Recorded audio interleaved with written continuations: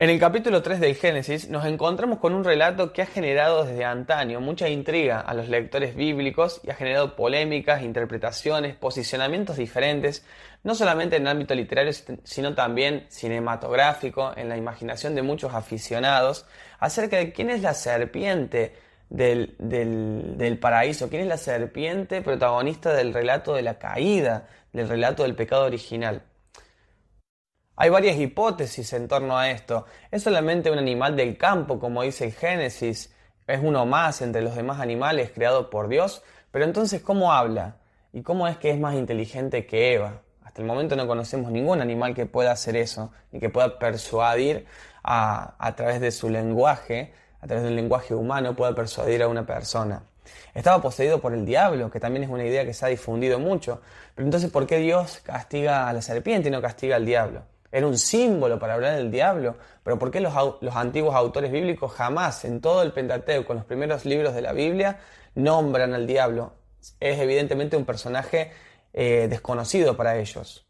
Es un símbolo de los placeres sexuales, de los malos deseos, pero entonces ¿por qué Dios bendice desde un primer momento el matrimonio y ordena que sean fecundos?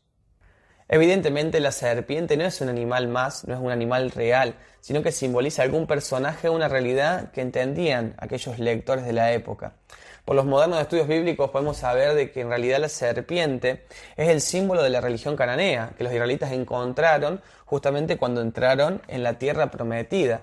¿Por qué se utilizaba la serpiente como imagen, como símbolo de divinidad? Bueno, por tres características. Por su aparente inmortalidad al cambiar de piel continuamente, por su fecundidad, ya que se arrastraba sobre la diosa madre tierra, que era como el símbolo de la donación de vida, entonces se le asociaba a la fecundidad, y también a la sabiduría, ya por esa mirada penetrante que tiene la serpiente, sin párpados, y por eso hasta la misma Biblia las presenta como la más astuta de los animales. Ahora bien, tenemos que entender, si queremos comprender el relato de la caída y quién era la serpiente, qué significó entonces la religión cananea, que se simbolizaba a través de la serpiente, para los israelitas. El pueblo de Israel durante mucho tiempo fue un pueblo nómade y que tenía una experiencia religiosa, es decir, una experiencia de Dios como protector, como defensor, un Dios que se movilizaba, que los guiaba, que proveía lo necesario. Es decir, hasta el ingreso en la tierra prometida, Dios había sido experimentado como un Dios compañero de viaje, un Dios trashumante.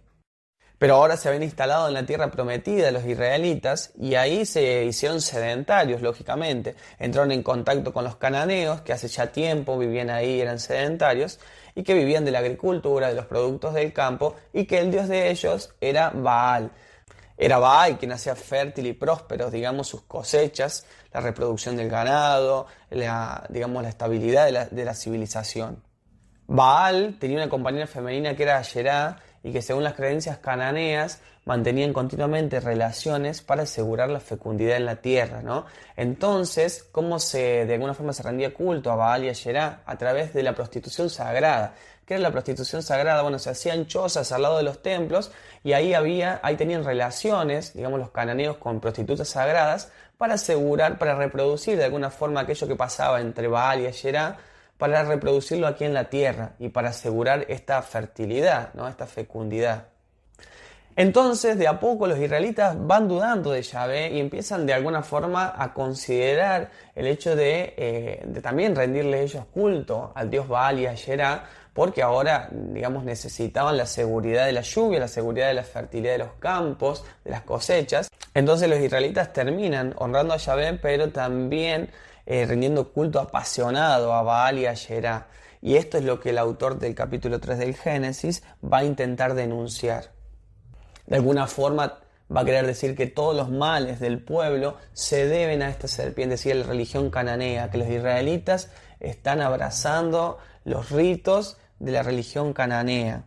Están poniendo en manos de los dioses cananeos la seguridad de su pueblo. No habla de un hecho sucedido verdaderamente en los orígenes de la humanidad, ni intenta culpar a alguien por los pecados de la humanidad.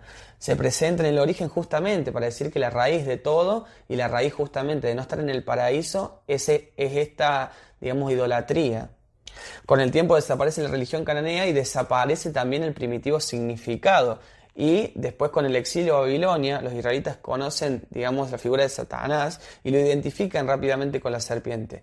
Por eso 900 años después del Génesis, el libro de la sabiduría en 2.24 dice: por envidia del diablo entró la muerte en el mundo. Esta es la primera vez que la serpiente, que era el símbolo de la religión cananea, aparece identificada con la figura del diablo.